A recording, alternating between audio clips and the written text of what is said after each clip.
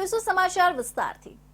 પ્રધાનમંત્રી નરેન્દ્ર મોદીના હસ્તે આગામી તારીખ 22મી જાન્યુઆરી 2024ના રોજ અયોધ્યા ખાતે રામ મંદિરમાં પ્રાણ પ્રતિષ્ઠા મહોત્સવ યોજાવાનો છે।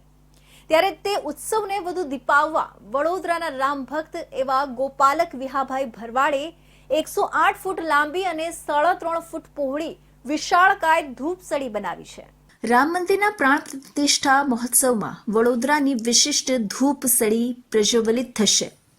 આ ધૂપસળી પંચદ્રવ્ય દ્વારા બનાવવામાં આવી છે, જેની લંબાઈ 108 ફૂટ છે અને 3.5 ફૂટ પહોળી છે, જે રામ મંદિર ખાતે 1 થી 1.5 મહિના સુધી પ્રજ્વલિત રહેશે।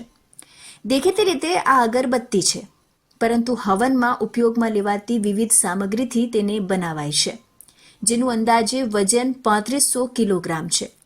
જે અગરબત્તીને પ્રોટોકોલ સાથે બાય રોડ એક રથમાં મૂકીને વડોદરાથી અયોધ્યા ખાતે લઈ જવા 1 જાન્યુઆરી વાજતે ગાજતે રવાના થશે। ધૂપસળીને અયોધ્યા ખાતે લઈ જવા તેમજ ત્યાં પ્રજ્વલિત કરવા સહિતની કામગીરીમાં મદદરૂપ થવા સંદર્ભે ચર્ચા કરાશે। આ ધૂપસળીને ખૂબ સાવચેતીપૂર્વક લઈ જવા માટે એક લાંબા ટ્રેલરમાં રથ તૈયાર કરાશે। તેમાં ધૂપસળીને મૂકશે, જે રથ વિશાળકાય ધૂપસળીને વાયા રાજસ્થાન થઈને 1800 કિલોમીટરનું અંતર કાપીને ઉત્તર પ્રદેશના રામ મંદિર ખાતે પહોંચાડાશે, જ્યાં આ ધૂપસળી એકવાર પ્રગટ્યા બાદ તે સતત 1.5 મહિનો એટલે કે અંદાજે 45 દિવસ સુધી પ્રજ્વલિત રહેશે। વિહા ભરવાડે સૌથી પહેલા 111 ફૂટ લાંબી ધૂપસળી બનાવી હતી। વર્ષોથી આતુરતાની રાહ જોયા બાદ હવે રામ મંદિર નિર્માણ પામી રહ્યું છે અને ત્યાં રામલલ્લાની મનમોહક પ્રતિમાની પ્રાણ પ્રતિષ્ઠા થવા જઈ રહી છે।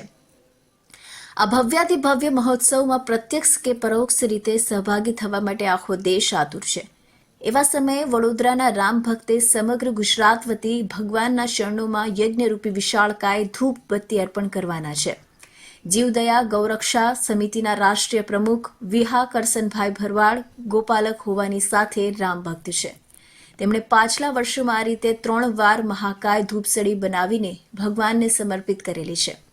હવે રામ મંદિર ખાતે જ્યારે પ્રાણ પ્રતિષ્ઠા મહોત્સવ યોજવાનો છે, ત્યારે ગુગળ, ઘી, તલ, જવ તેમજ હવનની વિવિધ પ્રકારની સામગ્રીનો ઉપયોગ કરીને 3500 કિલોગ્રામ વજનની 108 ફૂટ લાંબી અને ગોળાકાર ધરાવતી ધૂપસળી તૈયાર કરી છે।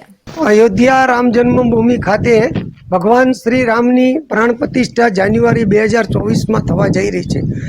એટલે આ ભગવાન શ્રી રામની પ્રાણ પ્રતિષ્ઠા નિમિત્તે અમે 108 ફૂટ લાંબી અને 3.5 ફૂટ ગોળાઈવાળી આ અગરબત્તી પંચગવ્યમાંથી બનાવી છે, જેમાં ગાયનું ઘી, ખોપરાનું સીન, હવન સામગ્રી, તલ, જવ આવી રીતે વિવિધ સામગ્રીઓથી આ અગરબત્તીને બનાવવામાં આવી છે।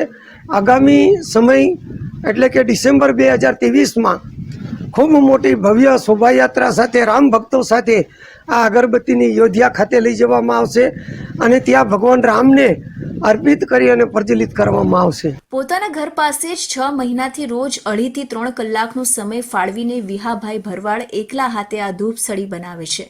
ચોમાસા દરમિયાન વરસાદને ધ્યાને રાખીને તેમણે ધૂપબત્તી પર પાતળા પ્લાસ્ટિકનું રેપર લગાવ્યું હતું।